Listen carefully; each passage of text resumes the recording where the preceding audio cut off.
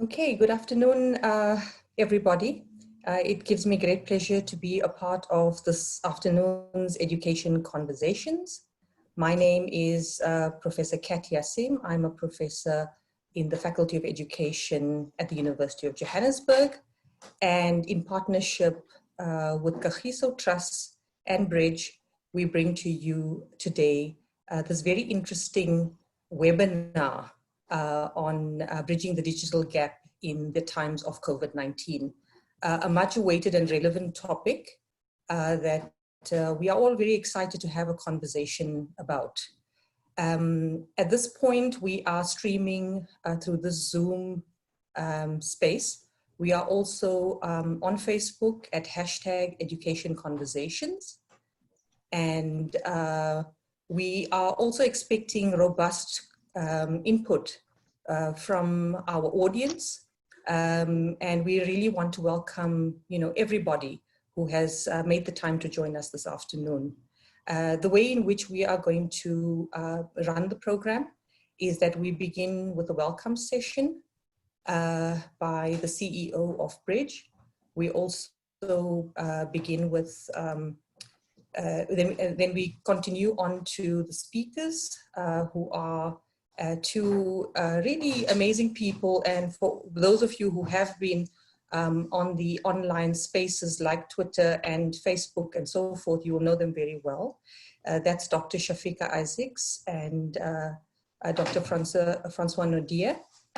And so we'll be introducing them in a little bit more detail, as the program proceeds.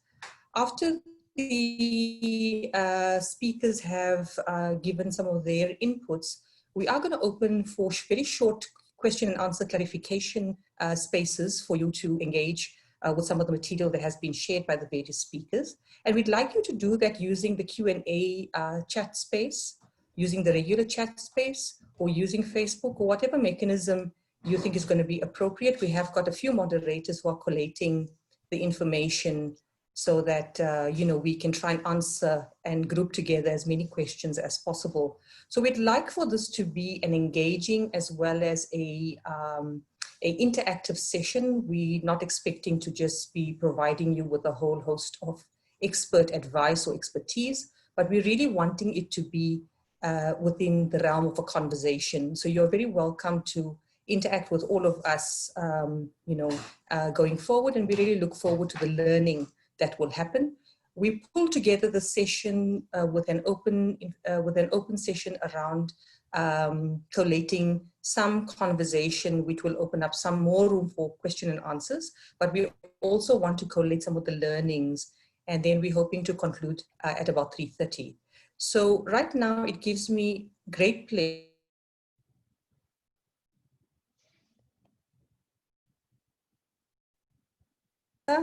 Mr. Vuisa Nkantisa, the Chief Executive Officer at Bridge. She is responsible for oversight and delivery of Bridge work, growth, and strategic direction of Bridge, their business development, fundraising, stakeholder engagement, communications, and marketing.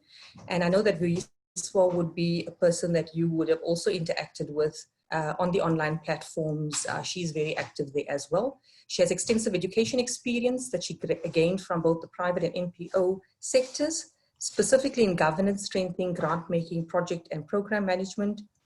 And she has been with Bridge since 2016. So really a very familiar face to many people who are familiar with Bridge and the work that they do. Vuisa, may I ask you to please come in so that you can welcome the conversation as well as provide an introduction to the topic. Thank you, Professor Yassim. Hello, everyone. On behalf of the Education Conversations Consortium, comprising Kagiso Trust, the University of Johannesburg, and Bridge, it gives me great pleasure to welcome you to this webinar on bridging the digital gap in the times of COVID-19. As you've heard, my name is Vuisa. This is our first education conversation of 2020, but certainly not the last. We are meant to have 3 of these per year, but because of the latest developments and the pandemic, we had to spend quite a lot of time planning, learning, and just reflecting on what this new reality means for us as individual organizations, as well as a collective, collaborative, joint initiative. So these conversations are aimed to encourage our nation to talk, as well as create a space for ongoing debates and discussions through which diverse voices can be heard. So COVID-19 hasn't only changed the way we live and play, it's also significantly changed the way we work.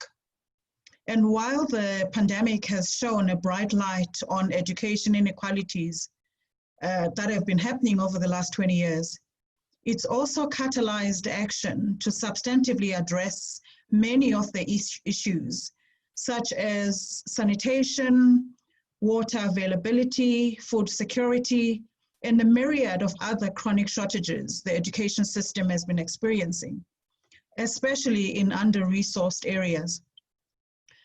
So we've also been hearing our government speaking about the fourth industrial revolution. But for many of the government departments, that's largely been a rhetoric. We've also seen that during the lockdown, a lot of the union surveys have shown how lack of capacity, connectivity, lack of access to appropriate devices and infrastructure, as well as availability of data has hindered teaching and learning for the majority of poor children in South Africa. So the pandemic seems like it's dragging all of us kicking and screaming to get with the program. While government is the duty bearer for many of the services we expect, it's also clear now that it's going to be impossible for any one stakeholder to solve the problems we are experiencing in education. And that means that we all bear the responsibility to make the difference where we can. So today we are going to hear from Dr. Francois Nodier, who's going to share how we can and should adapt to online learning and teaching.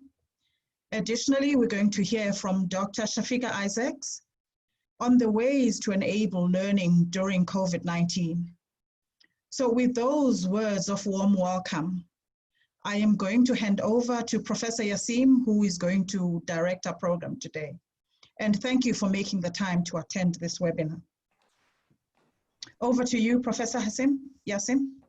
Thank you so much, Vuyiswa, for that very, very warm welcome and for setting the scene, I think, which is really, really vital as we move forward.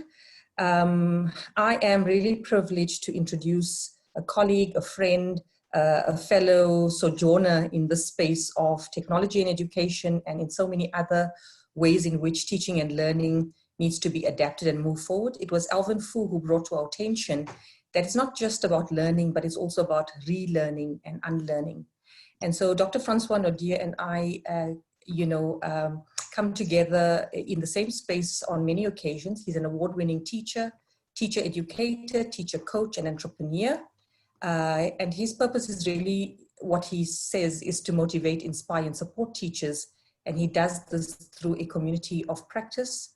And in this, he is passionate by coming up with a particular organization called Super Teachers, in which he has created this community of practice. Francois, I want to hand over to you so that you can begin with your conversation, and then we will open up for a Q&A. But people, if you have a burning question, please do post it onto our various platforms, and we have a team of moderators collating. So over to you, Francois, to continue with adapting to online teaching and learning. Thank you very much, Professor. Thank you very much to the Kagiso Trust, as well as Bridge and the University of Johannesburg Faculty of Education. It is indeed a privilege to chat to my colleagues today. It's really a lot of fun. For those of you that don't know me, my name is Francois Nodier, and I have to do this. And I'm a super teacher.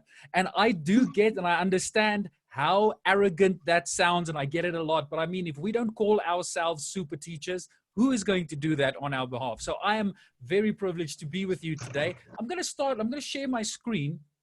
I've got a little presentation that I'm going to run whilst I just do my address, and I'm going to try and keep it as interactive and engaging as possible. Let me quickly just open the chat so I can at least see that. I would like to engage with the audience as much as I possibly can. And I see from the people that are here in our attendees, we've got many, many teachers that are ready to rock and roll. So I want to start us off with a little thinking exercise. And I want you to have a look at this picture. And you might ask yourself, why would I even start off a presentation with this? Now, let us do a little what is called a thinking exercise. And I'd like everybody in the chat to answer the following or participate in the following thinking or thinking activation. So what I want you to do is in chat, mention what you see. We're going to start with, you see a picture in front of you, and I want you to complete that sentence. I see, and complete the sentence. Let's get some engagement from the audience. Let's see what people say. Yeah, and as the chat comes in, I'm going to just repeat what some of the people say. I see, Lauren says, I see 9/11. Angelique says there's disaster happening. Let's see. Oh, that's cool. I'm seeing great comments coming through. That's awesome. Nikki says Twin Towers burning. I'm seeing Linda is saying devastation, smoke.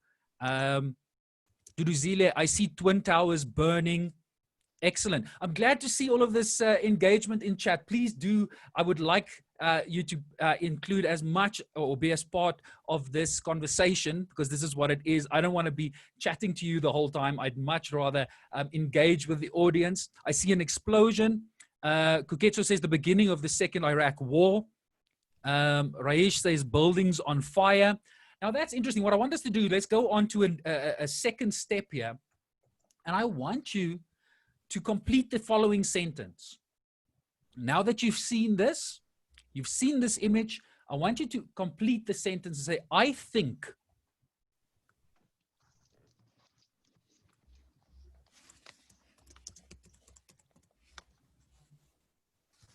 So I think, let's complete that sentence. Okay, Marie, I think it's Marie Louise says, I think we have not learned from that experience. That's very interesting. Zahira says, I think things will be different. I think a lot of people died after this, Molifi. Yeah, we've got a link. Khopotso says, I think COVID-19 has ignited a fire. Interesting. Sarai says, there is a crisis. And Jean says, I think this changed the world in many ways and not always good.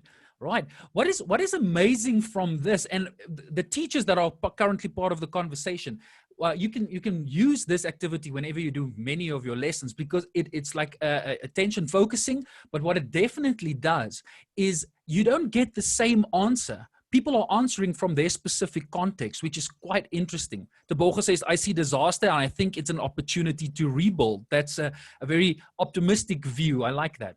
And then the third part of this exercise that I'd like you to do, complete this sentence. I wonder.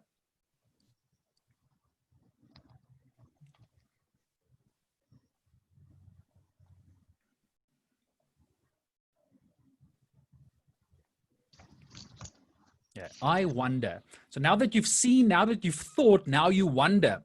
Let's see what the audience wonders. I wonder how we could have avoided this. Thapelo said that. Soraya, how many people survived and how many died? So I'm wondering, you're basically starting to formulate some questions for yourself. And that's always interesting. I wonder whether Trump has learned anything at all. How are we bringing the politics into this? This is very, very interesting. I wonder if lessons were learned. I wonder if people learned any lessons. That's an interesting theme that's coming from what the audience is saying. So thank you for this. Now, you might ask yourself, why would somebody start a presentation about adapting to online learning with a photograph of 9/11? And the Twin Towers, that of course was part of that attack. Why would somebody start their presentation like this? And I think what I want to achieve here is draw some analogies. in 2001, I think for the majority of us that lived during that time, you know exactly where you were when you heard the news for the first time that America was under attack. That day was vivid in your mind. You can really pinpoint where you were when you first heard the news. Now, I feel we've moved into a similar time in our lives where we would be able to pinpoint exactly what happened to us in 2020. When anybody mentions the year 2020, we're all going to remember it for the corona pandemic. So have we learned anything from 2001, which was a paradigm shifting event? We've also had another few issues, bigger issues like 2008 banking crisis. These are the type of things that globally people will remember forever. And I think that's where we are currently with the coronavirus. Now, what I'm seeing is if I pull some of the parallels between 2001 and 2020, is on that day, on 9/11, there was an emergency. It was emergency, red lights and alerts everywhere. And then people had to react to the emergency. And that is currently where we are. People talk about online teaching, what's currently happening, as if that is the gold standard of what online teaching is. And actually, we're not busy with online teaching. We are busy with emergency teaching. We are crisis managing. Because of lockdown and the school closures that went with that, we've suddenly had an emergency on our hands. And currently, what we are doing and what we're seeing is we are trying to kill the flames. There's been little explosions everywhere. And what we as teachers are expected to do is to be the firemen. We are the emergency operators, and we are currently dealing with the crisis. But just think about how international travel changed after 2001. With 9/11 brought about major change within airplane or airport security. That entire industry had to change immensely if we were to keep on flying safely. If we wanted to travel safely, we needed to adapt the way in which the safety regulations, I mean, just think about it. We don't think about it currently, but when you have to pack your bags to travel, now it's almost second nature that you don't include any sharp objects in your travel on luggage. Think about what is going to be the long-term effect of what's going to happen with education moving forward. And that's what we need to think. If we are going to say we need to adapt to online learning and online teaching, we are currently in the phase where we can make a major impact on the decisions that lie ahead. Now, before I continue, I want us to have a look at this picture. Imagine this is the year 2040. Most of us will still be alive. It's 2040, you are a history teacher, a social sciences teacher, and you have to explain this picture to your class. Now, I'm waiting for chat. If you can mention in chat, how would you explain this picture to your kids that you are teaching in 2040? What is going on here?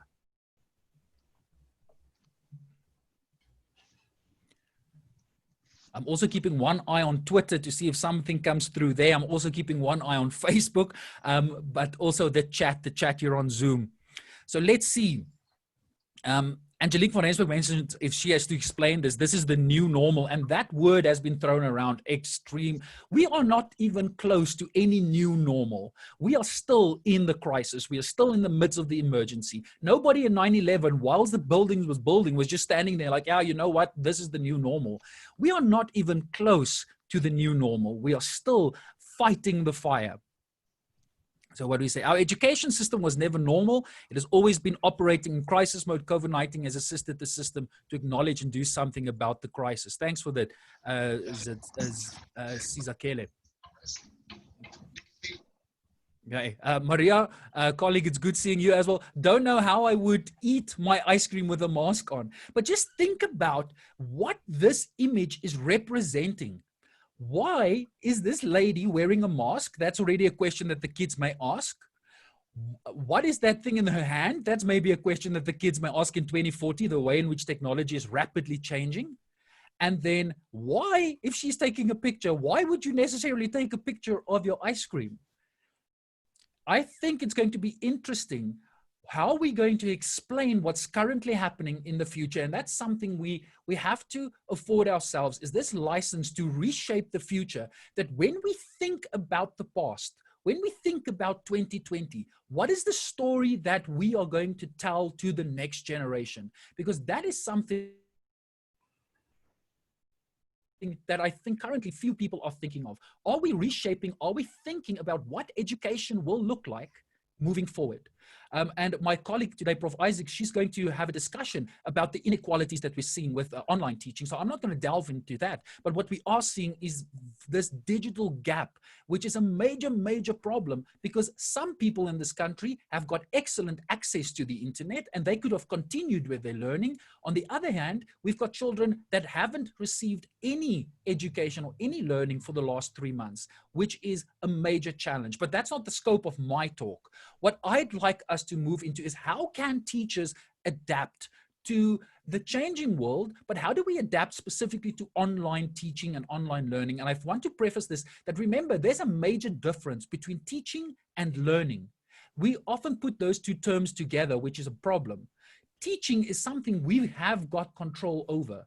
Learning, we've got zero control over. Learning is an intrinsic process. It's a personal process. But teaching, we've got control over that. What are we currently seeing in education? Now, if you feel like you resonate with this picture that I'm showing you, maybe just leave a smiley or a thumbs up, or just say, yes, I feel the same in the chat, because I think many teachers are currently feeling like they are drowning.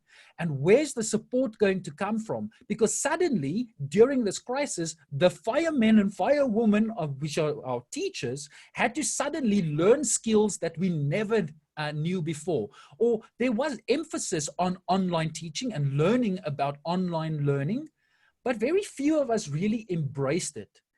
Teaching in general was very traditional and still face-to-face. Now suddenly we are thrown in the deep end, and many of us are struggling to survive. And I have many teachers who I work with, whom I coach, that mention exactly this, like we're feeling like we are drowning. And here's the few things that I'm seeing is going to happen in the future. The first thing I want to talk about is cascading. We're seeing this cascading effect from our private schools into our public schools. Because remember what's going to happen. Lockdown is going to cause financial strain, and we've seen the economic fallout already. So what's happening, if you have a child in a high fee paying private school, what is currently happening is those parents are under pressure, and they're most likely going to send their kids to a lower fee paying private school. What's happening in the lower fee private schools is that those parents can't afford the fees, and they're moving those kids back into the public system. And what happens in those cases is that the public system gets overcrowded, as if we can afford having more overcrowded classrooms. Social distancing is already creating a major challenge for us on how can we cope with all of these learners. The second problem is, if all of these learners have been taken out of the private school system, what's going to happen with those teachers? And that leads us to the following point. We are seeing some major challenges when it comes to unemployment. Our teachers are being retrenched, especially in the private school system, and our government body teachers are being retrenched. What is going to happen with those teachers? And then the last thing I need to talk about quickly is homeschooling. Even before COVID-19, we've seen an increase between 10 and 20% of parents rather opting to take their kids to a homeschooling system. And we are predicting, with what's happening with COVID-19, many parents are considering taking their children out of schools and enrolling into homeschooling. Basically, what I'm saying is that our teachers and the education system won't be able to continue effectively if we don't have equal access to the internet. Those who can afford access to the internet or have access to the internet are going to continue with their education uninterrupted, whilst those who do not have access will, if schools have to close down to be disinfected, they will most likely not continue with their education. And from a social justice perspective, is that really fair? So I thought, let's delve into the past and look at 2001, look into the future of 2040, and what stories are we going to tell, and then currently what is happening. But if we have to talk about adapting to online teaching, I'd much rather want to hear your stories. The time to adapt. Now, I can't for one moment talk for or on behalf of all other teachers. I've seen what some of the teachers that I work with, how they have adapted. But if you can, in the chat, please mention how you have currently adapted to the last 3 months. What are the things that you did to adapt your teaching or maybe your lifestyle to survive, if I can, to maybe survive the emergency? How have you adapted? Let's see what people say in chat. Okay, Patrick says WhatsApp groups tutoring. Now, what I'm going to do after this section is I am going to mention the few aspects that the teachers that I work with, how they have adapted, and this is definitely one of them.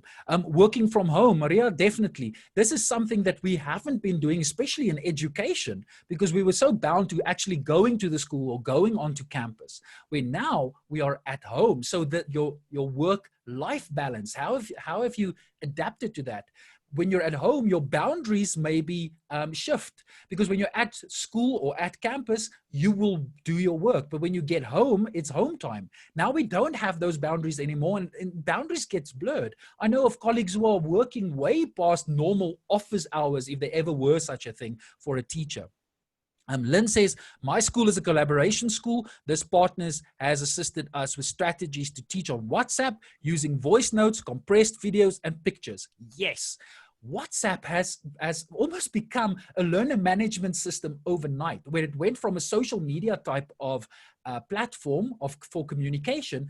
We've, in the emergency, started using WhatsApp as a means to transfer or at least communicate what should be learned. So WhatsApp is definitely something. Wolf says, just before lockdown, our school collated subject booklets. These went home with the kids, and along with WhatsApp groups, we guide learners. Seeing WhatsApp coming up, it's very, very interesting. And that's definitely one of the things that happened, is that WhatsApp has become a lot more prominent. And the reason for this is because it's a native app that people are already using. And for teachers, this is something you have to keep on reminding yourself. You have to go where the people are. I'm seeing so many learner management systems coming up overnight. I'm seeing so many tutoring platforms on the internet suddenly coming up. One thing that we are not focusing on is we need to go where the people are. It's difficult to pull people into where you are, but it's much easier for you to move where your learners already are. And WhatsApp has been so native within our population. Basically, everybody who's got a smartphone in South Africa has got WhatsApp. And that's at least one of the ways in which we could continue. Last one, Zandile says, I had to work on my psychological makeup. I like that, mental health. Learn new routine and realize that working from home might be the new order going forward, and therefore have to create a structure for productivity. Excellent. The social-emotional aspect of working from home is something we are not used to. Teachers want to be in the classroom. We want to see the learners' faces, not just half of their face. We want to see their faces and interact with them. This is part of the emergency and the coping mechanism. Now we're suddenly at home. You're not with your colleagues the whole time. You're not with the kids the whole time. And it's got an effect on your mental health. So well done on having to look at your mental health and looking at your psychological makeup. I like that word. So very, very interesting. I don't have a lot of time left, so I'm sure we're going to touch on these things on the rest of our in our conversation. But I'd like to share with you just a few, maybe a few things that I'd like to add to the conversation, or a few points of touch points that we can touch on during the conversation. The first thing is community. This is how teachers adapted. We didn't suddenly, everybody run to the university and try to find out how can we cope with this, because nobody knows how to cope with this. This is new. So what did teachers do? They pulled together in what is called communities of practice. And this is probably the thing that made me so excited about the challenges, is how teachers suddenly started collaborating and forming communities of practice. And one way, as I'm sure a lot of you spend a lot of time in front of your computers, you have sat there and you've been attending professional development workshops. You've been doing this most likely with money from your own pocket. And that is something we need to discuss. Why suddenly are principals focusing mostly only on PPEs? The school structure, let's get water tanks to schools and sanitation. We've been caught with our pants down. If we had all of these infrastructures in place, then we could have focused during the crisis, we could have focused on how can we empower our teachers to teach online. And the focus has gone solely to infrastructure, or I can't say solely, but majority to infrastructure, and not supporting our teachers. Principals are not using their budget to assist in development of teachers. Teachers are taking the onus on themselves and paying for professional development out of their own pocket. Luckily, one of the things that I started doing, I started arranging online events, and I'm trying to keep it as cheap as possible. Like, it's 100 Rand a ticket, and I'm most likely giving away half of the tickets anyway, just so that we can start supporting each other in learning the new techniques. Then secondly, WhatsApp. Now, one of the major challenges that people had with WhatsApp is I don't want to create groups, because groups are going, number one, they're giving away my personal information. Parents suddenly don't know the boundaries anymore, and they start interfering in my life on my personal phone, which caused many teachers to opt and to get a second phone with a second SIM card out of their own pocket. Now, what I did is I created a WhatsApp hotline. And for those of you that would like to use it, I've put up the number. The WhatsApp hotline is literally, if a teacher needs assistance, they send me a voice note or they send me a message, and I can get back to them as soon as I possibly can. And not maybe I don't have the expertise, or I have the skill to assist them, but in my network, within the community of practice, I know somebody that's going to assist them. So becoming like a central hub of where teachers can go to find assistance. That's how I've used WhatsApp, and I've assisted other teachers in setting up a similar service, because it's not the same as having a group. This is WhatsApp for business, and you've got one-on-one interaction with people. Of course, it is still a secondary phone, it's still a secondary number, but it at least allows for communication on WhatsApp via voice notes or text. And of course, sharing of resources. WhatsApp isn't the only one. An emerging platform that's really doing well is Telegram, which I think is a bit better, but once again, that's not where people are. I am cognizant of the time for the organizers. I just have a few more slides I'd want to touch on. Secondly is the use of social media. That's where teachers started to learn to adapt. This is how we started sharing best practice, because now suddenly during a crisis, we don't know what is working and what is not. So instead of taking long turnaround times, let's implement something, see if it works. Now we can learn from each other. And Facebook, there are amazing Facebook groups for teachers. Make sure you get on those and be part of those communities of practice, because that's where we learn from each other. YouTube, you've probably taught yourself how to use Google Classroom or how to use Zoom via YouTube. My request to you is, let's start using YouTube to put our own content on. That's how kids can access our content. And then Twitter. For this conversation, we're using hashtag education conversations, so that we can meet other teachers in our professional learning network. There's another hashtag I'd like to add, which is called hashtag ZAEDU. ZA for South Africa, ZAEDU. That is the community, professional teacher community for Twitter. This is how we get to know each other. I know Twitter is often seen as a platform with a lot of negativity, but I can assure you the South African teachers on Twitter are amazing. We have a Twitter chat at the last Wednesday of every month. All of the teachers in South Africa on Twitter get together and we share information. So that's Twitter. The second thing we need to talk about is what is going to happen with teacher education, and more specific, teacher practice. When our student teachers learn how to become teachers, how are they going to do that if they can't get into schools? One of the projects I'm involved with is called World Tracker, Work Integrated Learning. And this is the platform that brings student teachers and online and mentor teachers together, and university lecturers, so that all three of them can learn from each other on an online platform. So what are we doing for our student teachers who want to become teachers but can't learn in schools because of the coronavirus? So I just thought of sharing that platform with you. It's of course absolutely free to teachers and student teachers. So go and have a look at that. Okay, that is what I wanted to leave us with. What is it that we can have conversations about?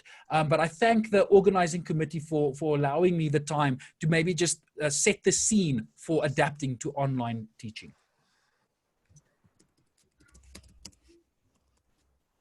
Wow, Francois, that was an amazing conversation that you opened up. And I'm so impressed with the interactivity on all our various platforms that allow you to include the audience voice into the conversation as you're having it. So super, standard that you've set there in terms of creating a conversation going. The only one question that seems to remain unanswered, and maybe it got lost with the maze of things, is really about access. And this has been a major concern of a lot of stakeholders, where access to technology is limited to only certain groups of people and certain areas in our country, and that there are many rural areas and many learners out there and teachers out there who don't have access to technology. And then the second part to that is a fear of technology, which is also imminent amongst the much older population. I don't know if you want to maybe keep that in mind for our open conversation session, but I do want to now introduce our next speaker, Shafika Isaacs, who is also a colleague. So UJ, yay, we are in full force as part of this conversation. So Shafika is an associate professor in our faculty, and she is also on the board of directors at Bridge. So she's kind of holding two hats within this conversation. She is a professional coach and independent consultant who specializes in the enabling role of digital technologies in promoting quality education for all. She has worked with many international and local organizations on policies, strategies, and implementation programs that promote universal access, quality, and equity in education.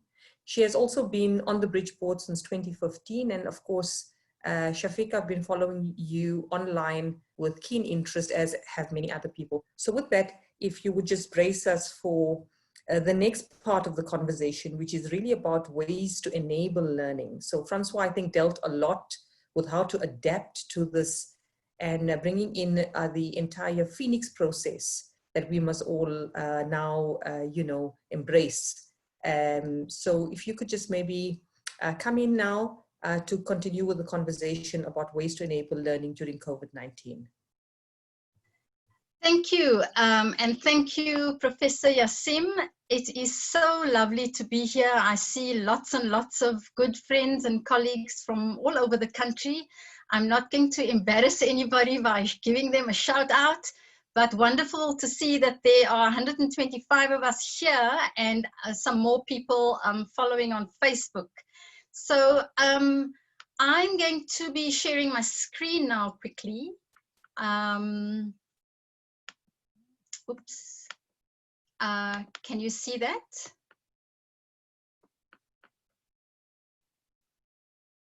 Can you see my screen? Yes, thank you. We can. Okay, wonderful.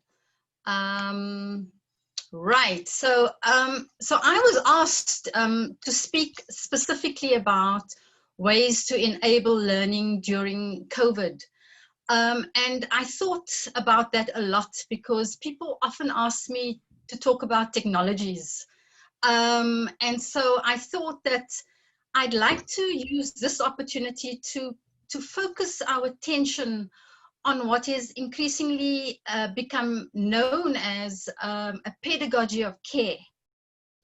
And that we need to be engaging in the notion of engaging with our vulnerabilities, with our fragility during this period. And so I'm going to bend the stick very deliberately in that direction. Before I do so, I'd like to use this opportunity because I've been inspired by something that I'm following on Facebook, which is the COVID-19 Light the Solidarity Candle. I want to particularly start by saluting all our principals, our teachers on the front line. I get calls and messages every day of the anxieties, of the challenges, of the issues that our teachers and our principals and our learners are facing every single day, those who've returned to school, and how they've got to engage with parents, with learners, and with themselves.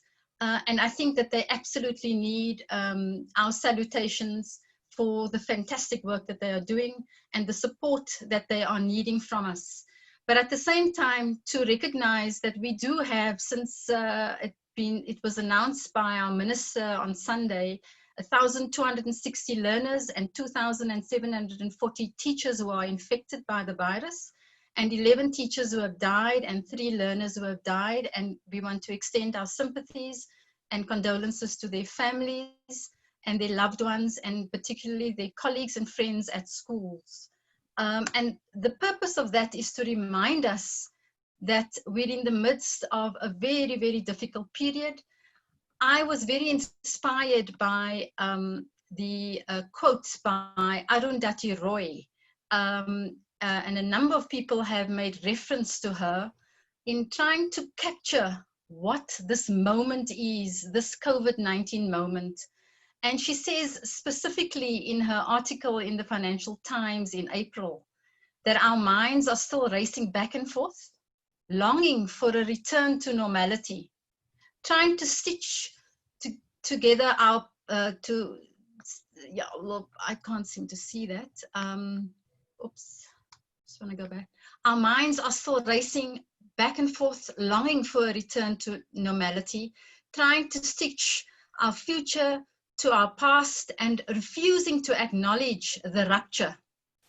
But the rupture exists. And in the midst of this terrible despair, it offers us a chance to rethink the doomsday machine we have built for ourselves. Nothing could be worse than a return to normality.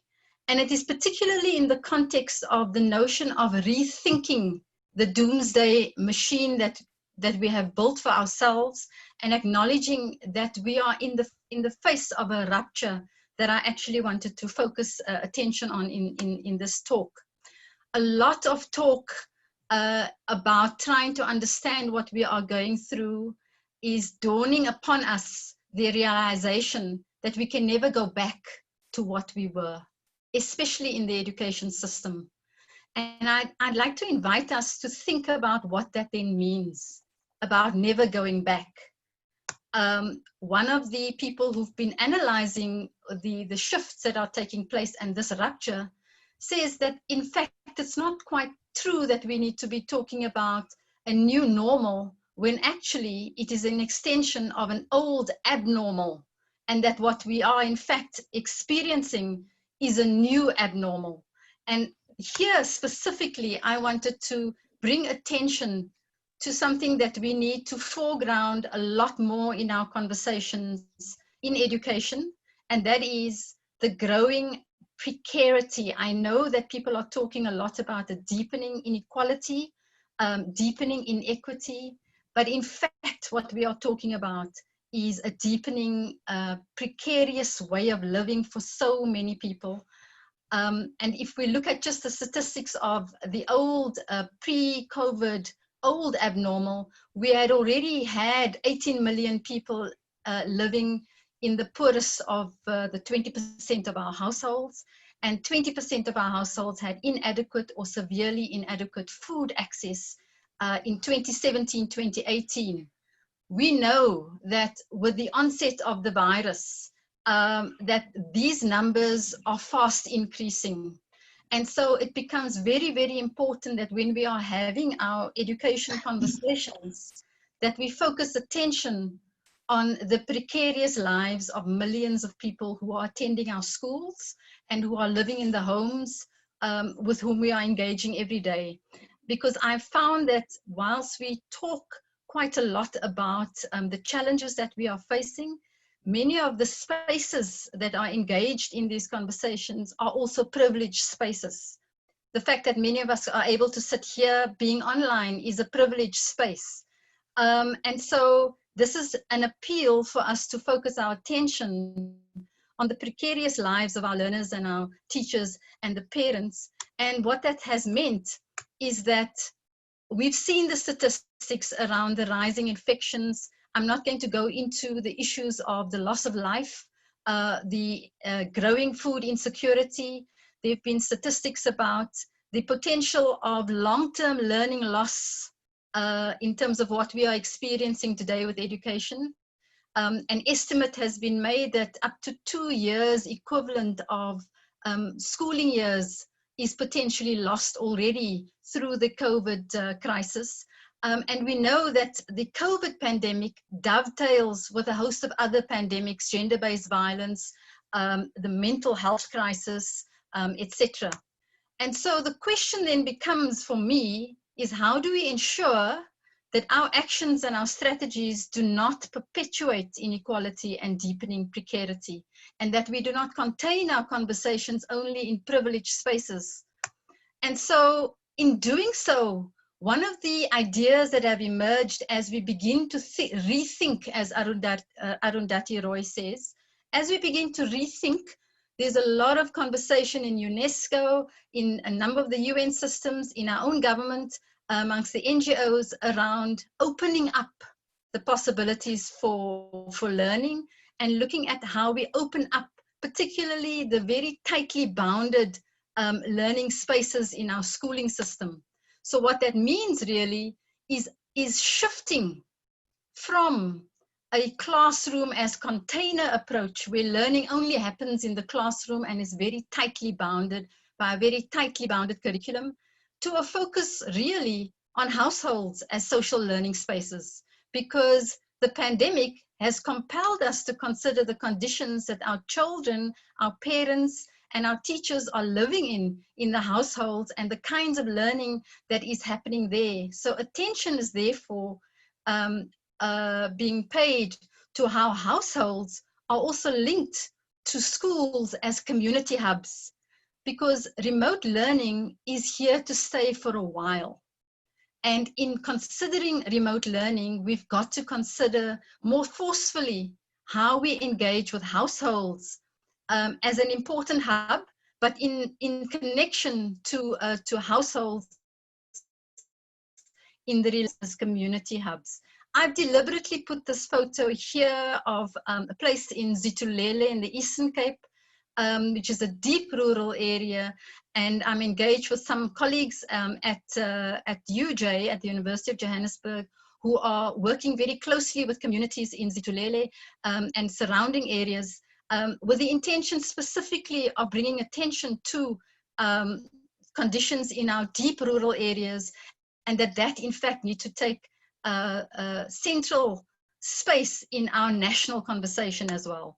So if we look at this notion of the household as a critical learning space, particularly in the context of remote learning, then what comes to mind, and some of you have already mentioned this in a very lively conversation, the important and very central and critical role of the caring adults in the household. So the caring adults are deliberately used as term because it's not just parents. We have child-headed households in South Africa. We have gogo-headed households in South Africa.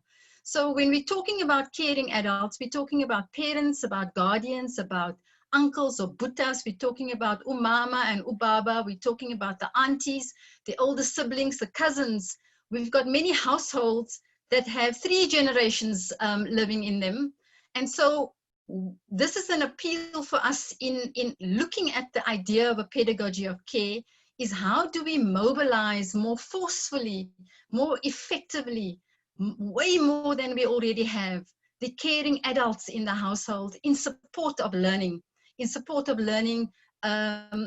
with and alongside the children in our households, particularly in our poorest and most marginalized households. And I raise this because there's been a lot of talk about that not enough work has been done to support caring adults in the home. We are aware that there have been guidelines. This is an example of guidelines that the DBE has developed. But in the parents that I've engaged with, a number of people are not even aware that these guidelines exist. Many parents are left unguided and not knowing what to do. Even parents who've gone to schools to collect workbooks, for example, have not been told how to engage with the workbooks with their children. If children ask questions, they don't know how to engage with them. And so the appeal, therefore, is when we are looking at ways to foster learning in our households or remote learning, then to supporting with care our caring adults in our households, particularly our most precarious households. And so I want to pose this question to many of us here who are parents, who are caring adults. What are our experience of engaging with our children in our homes? And what is it that you think is needed? What kind of support is needed for our caring adults to make this in the forefront of our agenda to promote remote learning?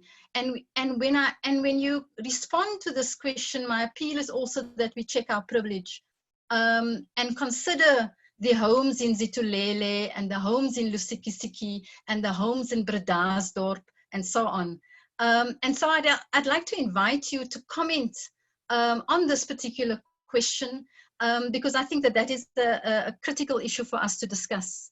The second is the issue of engaging with our caring teachers and caring for our teachers in this, our shift to remote learning, because as we speak, there's roughly 70% of our learners are still at home and have not yet returned to school. And we've got about 35%, 30% of learners that have been attending school only recently. And so the question then becomes, how do we ensure that the teachers are effectively supported? I'm aware that we have teacher union representatives in the audience today. And I thought that I'd use the example of what people are doing in Cambodia, where they're using SMSs with teacher coaches. And their main role is to look after and support the well-being of teachers. To ask teachers, how was your day today? What are the issues that arose for you today? And what support do you need? What can we tell the department in terms of support that you need, in terms of training that you would need to support learners through remote learning? And so again, let's think of our offline teachers, our teachers who don't have internet access, our teachers who are not able to make use of WhatsApp. What are our experiences in this audience of how we are supporting teachers who do not have access to digital resources? And what do we still need to do to ensure that our teachers are supported, how they can support each other, and how they need to engage with parents remotely? That too is quite a critical part of a remote learning process that is going to be with us for a while. And then the other part of the equation is, I'm always amazed that often we talk about learners. And we talk about learners as if they are just data points, actually. But the reality is that learners are children. Many of them in our schools are under the age of 18. We know that there are learners who are over the age of 18, but many are children, and there are children who are playing citizens, who are making citizens. And we often do not talk about learners and children as if they have agency, as if they have peer cultures, as if they have cultural capital and funds of knowledge. And so when we think of our remote learning strategies, we also need to ensure that we engage with the agency and the ability and capability of children to teach us, to show us the way, to tell us how they're navigating their precarious lives too. And we would be surprised, as my own study has done with this young boy that I've worked with, Koketso, he's in the audience. I've worked with him for the past 2 years. amongst other children in Soweto. And he has taught us about how he has been able to navigate difficulty and challenge in a way that has taught the parents and the teachers quite a lot as well. And so, again, during the lockdown, the boy in question here is called Kabelo. Kabelo has in fact spent his days during lockdown watching channel 317 for at least an hour every day, and he would sit there, as you can see, with his notebook because he loves mathematics, and he says that he wants to keep on learning. So in that way, he made use of the opportunity to get access to specialized knowledge in the home, because their home had access to DSTV and channel 317. And then he'd go out and play, but he'd also be baking cookies, as you can see there. And he'd send me photos and say, today I've been baking cookies. But in the baking of cookies, his mother's been showing how to measure and integrating mathematical concepts in his baking of cookies. And in that way, what the COVID moment has also taught us is that there's an interconnection between the formal and informal learning. And often we do not recognize the informal, non-formal learning that our children are engaged with on a daily basis, and their everyday knowledge that they engage with on a daily basis as well. So what we are expected to then do is to give precedence also to the way children are learning and playing and engaging in their peer cultures. And Francois Nodier has actually done an excellent study on children's working theories in their understanding of science, for example, as a case in point. And so here too, I think when we think of how do we do remote learning under COVID and beyond, we need to talk about what our experiences of children's peer cultures, their working theories, their playing and their making, and how they learn about curriculum under lockdown, and how they connect that to their informal learning as well. And I've deliberately therefore chosen to speak last about the technologies, because the reality is the issue is really about the systems around the tools, the people, the households, the communities. And when talking about technologies, we cannot only talk about online yet. As long as we have millions of our communities not yet having access to the internet, we are compelled, when thinking of remote learning strategies, to think beyond just the online spaces. And I've deliberately used the slide to show that we've actually have an extensive and very rich history, and I see some of my colleagues in the audience here have worked with me on community radio and television, educational television programs that is still very relevant in 2020, that we are not utilizing effectively enough, that print media is still very relevant. Our parents have been telling us that they still go to schools to collect print workbooks. They take that home and they work with their children on the print home workbooks, and they take it back to school for assessment. And so print media, community radio, educational television are still very effective mediums for learning. But at the same time, we have a very rich history of not using those technologies effectively enough. And the conversation that we are having at the moment also in the National Department of Basic Education is how can we use community radio and television interactively, more effectively, and learning the lessons of the past 25 years of engaging with these technologies as well. And the answer to some of that is that we've often just thought of educational TV, educational radio, and just print on its own, but we've not looked at how they can interconnect. So there are many examples of how educational television can also be used together with SMS and WhatsApp and even flash disks. And there are a number of examples that I would have wanted us to talk about also, about how we can use the technologies, these particularly the offline, even analog technologies, together with SMSs and with WhatsApp in a way to ensure that our offline communities can also be engaged more effectively in remote learning. The final main area that I wanted to highlight is this idea of fostering and growing a pedagogy of care in our communities, and engaging in our national conversation by foregrounding the vulnerabilities and the fragility that our communities are facing, the lack of food security and so on. And this is a picture of one of the teachers who's actually in the audience, who's worked with other teachers and communities to ensure that one of the township areas in the Western Cape have access to food, other teachers have access to food, and ensuring that their households are able to eat. There are many stories of teachers helping other teachers, ensuring that there's food security in their homes. And this is the kind of extending of our circles of trust, extending our circles of care for each other, and building caring learning communities. Nikki Roberts, Aslam Fatah have written about these issues in their recent Daily Maverick articles.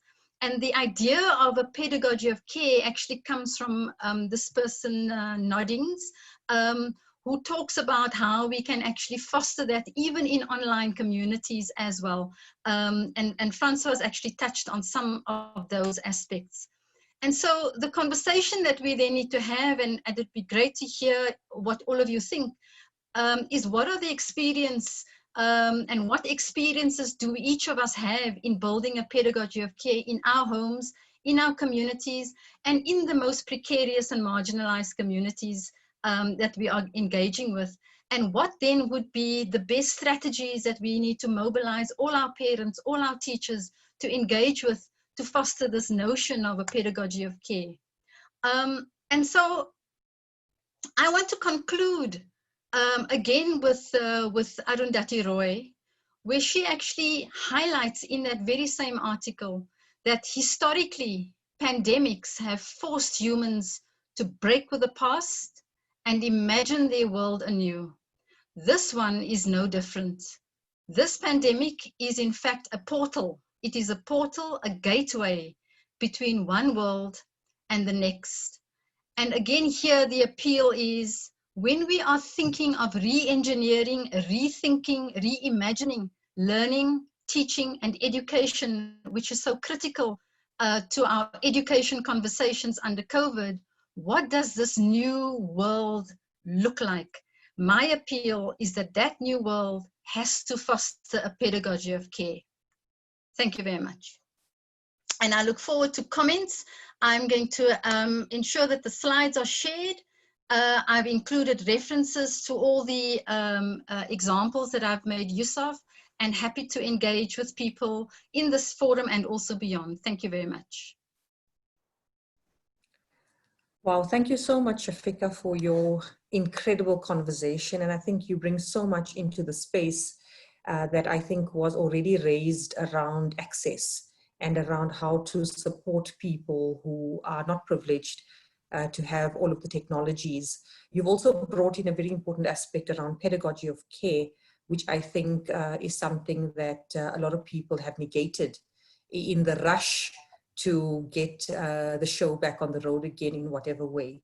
And we've seen numerous examples in which the psychosocial and emotional aspect has been neglected, you know, in all stakeholders. So I think you really bring into the conversation a lot that, you know, that is incredible, and people have really gotten some incredible insights from the comments and from the chat spaces as well as the Q&A spaces. We've seen a lot of interest in the pedagogy of care that you speak of, but a lot of questions being raised around how to prepare the various stakeholders and what support we can have with each other.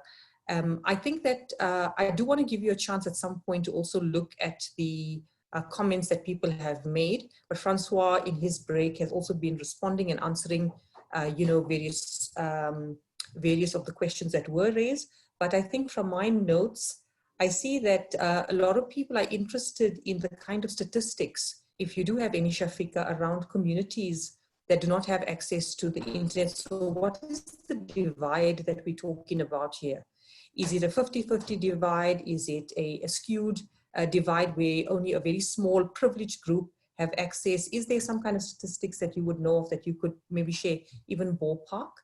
And then for those people who have access, and I think Shireen was quite active on this part, where she was speaking of children who do have access, but that when engaging with technology, there are points and moments where it becomes overwhelming, where it becomes just too much of having to sit in front of a computer or a TV screen, and then losing out on the kind of childhood. A lot of people are feeling that despite all the measures put into place, children are still falling behind. And then, of course, the community as a circle, and where networking and other things can happen around the vulnerable home spaces. And so the idea of wordless books as being a mechanism of conversation on how to assist parents and their children to enhance the teaching and learning environment. And then there was a lot of conversation about radio as a mechanism that may not be fully utilized. So those were some of the additional points that I picked up from the conversations happening online in terms of where people are at. But I do want to give Francois, first off, a chance to maybe just talk through some of the things that he's learned online. And then Shafika, if you want to just go through some of the conversations beyond what I've mentioned, and then we'll give you an opportunity to also respond to some of that. So Francois, over to you. Thank you very much, Prof. So when it comes to some of the lessons that's been learned, if I can address maybe one of the questions that you've mentioned, is this access to the internet. And I mean, I've seen the comments as well. That remains by far the major challenge that we need to bridge.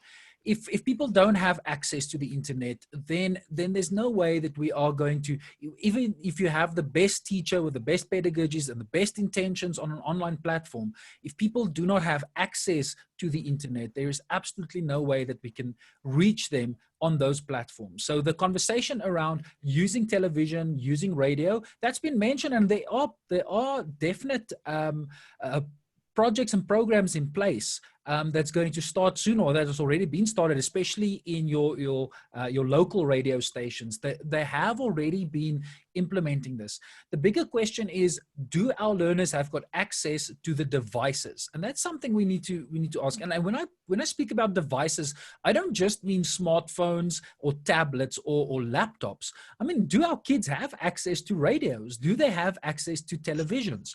You would hope so, but then even if there is a device in the house, who is the gatekeeper of the device? Because there's so much competition for content. If our parents and the caregivers, if they do not value education, if they don't value these catch-up programs, then they're not going to allow their kids access. If there is, let's say, for instance, sport restarts, or let's say there are soap operas on TV, or any series that they can watch, I mean, if a parent would rather hog the device for themselves, the kid has got very little agency in a house to gain access to those devices. So it comes down to, and I saw it in the comments, we have to empower and support our parents. You know, we can't address education from a point of view where it's solely the teacher trying to make an impact on the learner's life. That triad between the teacher, the parent, and the learner has to come close. We have to build those relationships between the teacher, the parent, and the learner, because only then we can get to know the unique context of that household.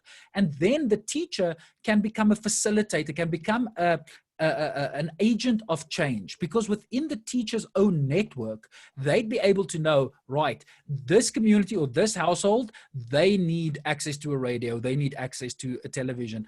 But I think Prof. Shafika mentioned this as well, that if our kids don't even have food, if our kids don't even have got access to basic sanitation, and I think that's one thing that bothered me extremely during the I almost want to say this dash to get schools ready to reopen, is why was it necessary for us to spend so much time and resources in getting water and sanitation into schools? Why wasn't that in place in the first hand? So these social justice issues and inequalities are being perpetuated, and because of the online divide, we're just perpetuating that even further, because the kids that have got resources, or parents have got resources and have got teachers that are trained to use or create content for different platforms. Their education basically continued with very little interruption in comparison to the kids that just absolutely had zero access. So that's something that we need to address. But that's I think why I'm hammering on this point, that teachers have to become almost this node, the central node within a network. If you're a teacher and you know which people in the community can assist, you can start bringing people together, and that I think is going to become one of the major points for schools to bring a major impact, is becoming this hub, this network hub of knowledge and of resources.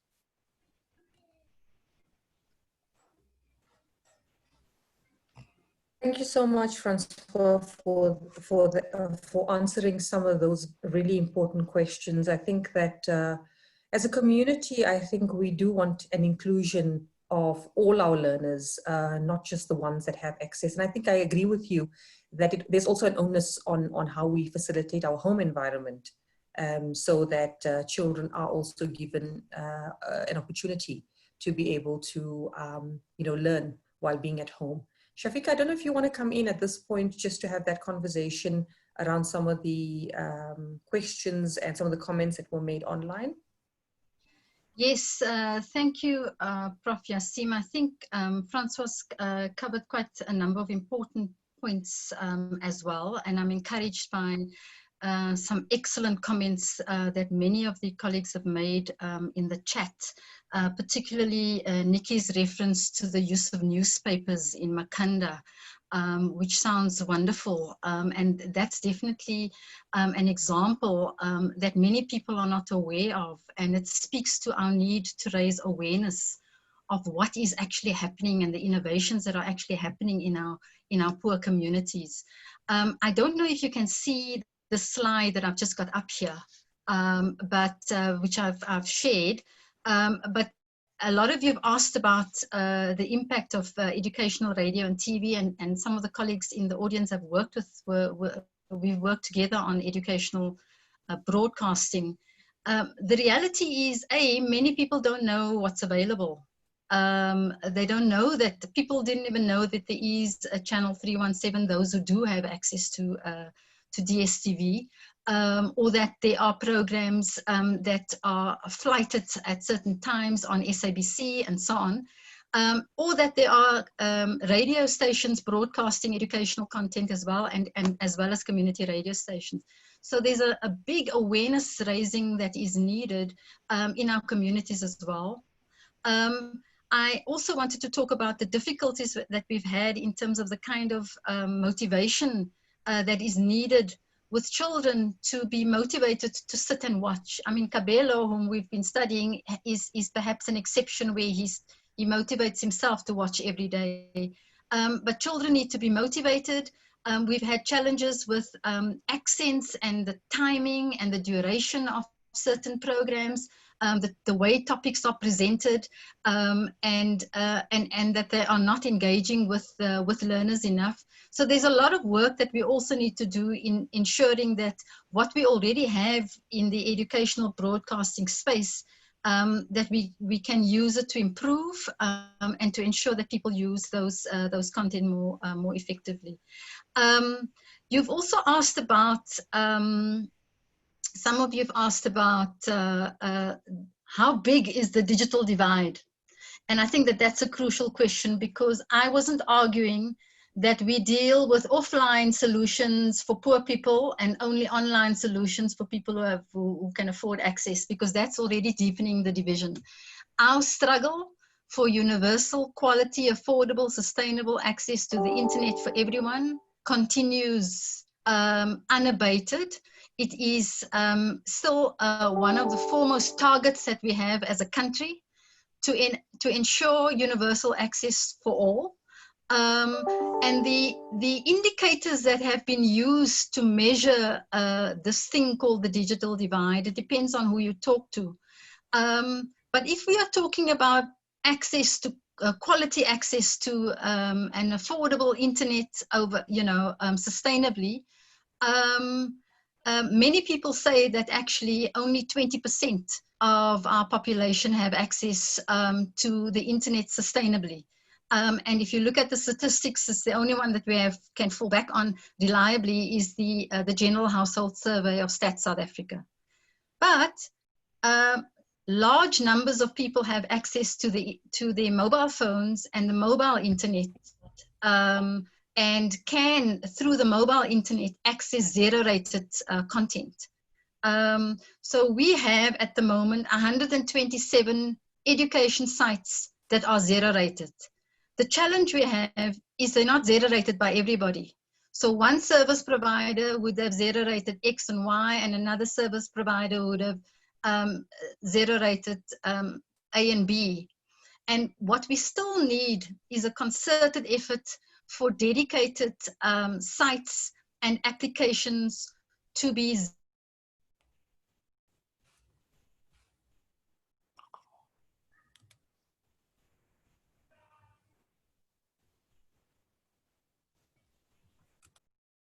It looks like we've lost Shafika somewhere. And while she gets back up and about, I think that her conversation around zero-rated is really an important one. And the appeal would also be to service providers out there to also help lend a helping hand in terms of access, where a lot of information can be zero-rated. As university educators, we also were very excited about the zero rating, only to then discover that there was a lot of limitations, around it. Francois, I think you want to maybe come in and just share some of what Shafika's sentiments were there as we try to get her back. Yeah, I thought that we just mentioned this. I don't have the accurate statistics available with me. I'll have to go and look for it. But if we can just talk in general about the digital divide, when we talk about access to the internet, and I'm glad Prof. Shafika mentioned this, it's about sustainable access to the internet. So it's people who've got access to the internet and can on a regular basis use that. If we were to compare sub-Saharan Africa with the rest of the globe, we have about a third in comparison with the rest of the world. So if you even just want to talk from a continent perspective, imagine the opportunities that the rest of the world has versus somebody who lives in sub-Saharan Africa. Now, in South Africa, I'll have to double check this, but it's about, we're about on a 50%. So 50% of our population has got regular access to the internet.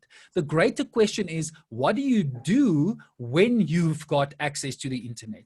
And the competition on what to spend, I almost want to say there's like a hierarchy of needs when it comes to having access to the internet. What are you doing while you are on the internet? And is education such a major focus for the people who have got access? And that's something we need to delve deeper into as you as a teacher, that you have to have regular discussions with your learners, but also with the parents on what do you do when you spend time on the internet. The second question is there African content made specifically for African people? Now, that's something that's a major lack in. Our teachers are not creating content that is specific for their classroom. We often go and look for other videos or worksheets or projects that other people have designed. And then we bring that into the classroom instead of using our passion for education. And I think that's where the art of teaching comes, that we use our knowledge of the community as well as our content knowledge. We use our pedagogical knowledge and we fuse this together to create and design learning instances that's going to suit the kids in your class. Now, when you know the context-specific needs of your own classroom, then you can start building lessons that's going to fit specifically for them. And I see one of the comments, I can't remember who mentioned that, is that how do we upskill teachers to create their own content? Because we've got challenges in just the administration around teaching in South Africa, the amount of paperwork and assessment, paper-based assessment that teachers need to do, and the compliance to curriculum makes it extremely difficult for a teacher to have agency. It makes it very difficult for teachers to have extra time. Just let's forget about the money that's needed to upskill yourself. Just getting the time that you need to do professional development, to learn the basics of how to do a screencast, for instance, how to create a video, or just recording a live session. Those little things, you need time in order to learn that. And then, of course, if you want to fast track that, you need money in order to do that. So my big plea and part of the conversation would be teachers, and unfortunately so, teachers will have to take the reins here, and teachers will have to be in charge of their own professional development, because that's going to spill on over into the classroom. So coming back to this digital divide, yes, we've got a disadvantage as sub-Saharan African people. Okay, we've got a problem in comparison, but are we going to sit around and cry about it? Or are we going to make a change? Are we going to take the agency? Are we going to take it upon ourselves to upskill ourselves and make that absolute difference, that positive difference in the classroom where you are in? And when every individual teacher starts taking on that mindset, I believe there's going to be major improvement to education in this country going forward. Oh, Francois, you really leave us with a very, very amazing way in which to start towards the closure of our session. You leave us with a lot of questions that need concerted thinking. I like the idea of sub-Saharan Africa as a space for innovation, as a space of agency, rather than a space of deficit. And so I think you leave us with a lot to chew on. And I think that I'm really intrigued by a lot of the very robust conversation that has also been very positive in this regard. But we do have to call closure to our webinar this afternoon. And with that, I'd like to invite Mr. Themba Mola, who is the Chief Operations Officer of Kagiso Trust, to do the closure as well as to do the vote of thanks. Mr. Mola has headed Kagiso Trust Consultancy as Executive Director. He's worked as the team leader for the local economic cluster for the Alexander Renewal Project, and he's a project leader for the evaluation of the poverty eradication program for the Department of Social Development in Gauteng. He was involved in the drafting of the Tshwane Metro Organization and Support for Micro-Businesses Research Project, and he's developed a youth fund program called Umsomvubu on how young people can participate in their local economic development projects. He has also served as an advisor for the Department of Social Development in the Extended Public Works programs for the social cluster. What an amazing set of things you've been involved with, Themba. Is it possible for you to please come on and do the closure and vote of thanks? Thank you very much, Program Director, and good afternoon to everyone who is connected to the conversations. Let me really thank our panelists for a very incisive reflections on the topic that we have been grappling with this afternoon. I really appreciated how you emphasized the issue of context, which is quite important. And I really also appreciated how you highlighted that majority of our learners in the public schooling system are still trapped in inequality, and the pandemic has really widened the fractures that are existing in the system. And those fractures are really in various forms and shapes. And it is going to take us a lot of time really to be able to close them successfully. I was quite impressed when you also showed, demonstrated in your presentations and discussion that it does not mean that when this classroom closed, it meant the end of learning and teaching. How you also spoke about the pedagogy of care, that social spaces are created in rural areas where we can begin to appreciate how we can involve communities and households in ensuring that learning happens. And I think that's quite an important aspect, and also how you have looked at the infrastructure of technology, that even small devices do play a role in enabling us to access learning in our different spaces. Absolutely, the issue of universal access, and as you qualified it, which is more sustainable, remains a challenge. I'm also impressed by the various platforms and mediums of learning that you shared with us, the WhatsApp, the Google Classrooms, and so on, that can be made available to make sure that effective learning happens. I do appreciate that the majority of learners who are in public schooling system and do have a lot of challenges. I mean, we talked about them as a collective, but if we hone into how they are challenged in their different vulnerabilities, I mean, I'm immediately reminded that, by the way, this pandemic has meant that learners with comorbidities will not be able to go back to school. And what does it mean for them to access learning effectively as we should want them to? How do we really close the gap that has been opened by historical reasons, systemic challenges that we have? What is the new thinking that we are going to pursue as we transit into a new normal? And I think those are the challenges that we face. Let me also thank the organizers of the event. Thank you for making us to have a smooth transition into the visual space. We have been running conversations on a physical contact, and I was quite concerned that what does it mean when we have to convene a virtual meeting, but you really did that very well. And I am encouraged that conversations are not limited to time.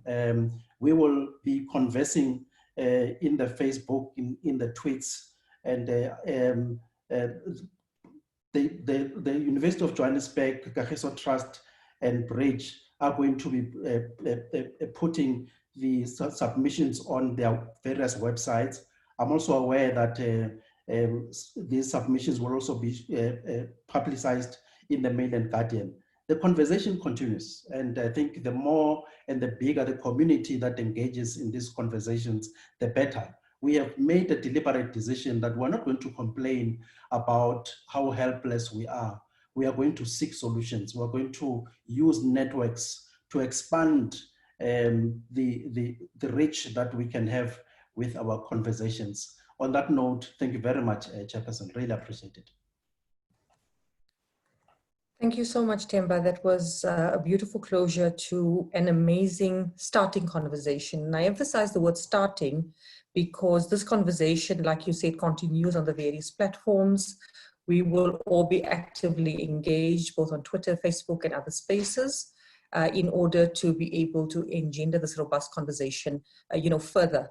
I do want to just say that we have developed in this webinar already a community of practice. And I can just see from the whole host of conversations that have been coming online in the chat space, in the question and answer space, I think we have opened up a community that is interested in the pedagogy of care. And part of the pedagogy of care means that we continue these conversations further than this webinar. I do want to just alert everyone to the fact that the various slides that the presenters have shared with us will be on the various platforms, as well as in the media itself. There will be more intended conversation around this, in which you are very welcome to also participate in. So please look out on the UJ, the Kagiso Trust and Bridge websites for sharing of the various platforms. And as you know, the Twitter handles of both Super Teacher, Francois Nodier, as well as Dr. Shafika Isaacs and others will continue this conversation, and very happy to engage with you